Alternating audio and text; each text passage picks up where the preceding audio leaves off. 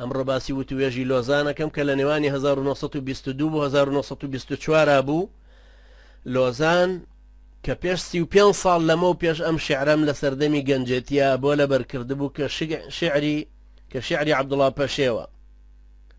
ئەڵێ مناڵەکان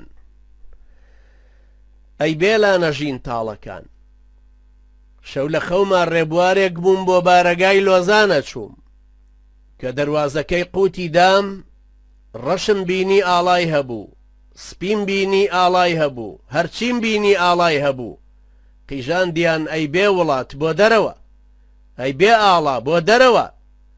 منیش گوتم مەقیژێنن کە دەچمەوە ئەم چیرۆکە بۆ مناڵانە جێڕمەوە.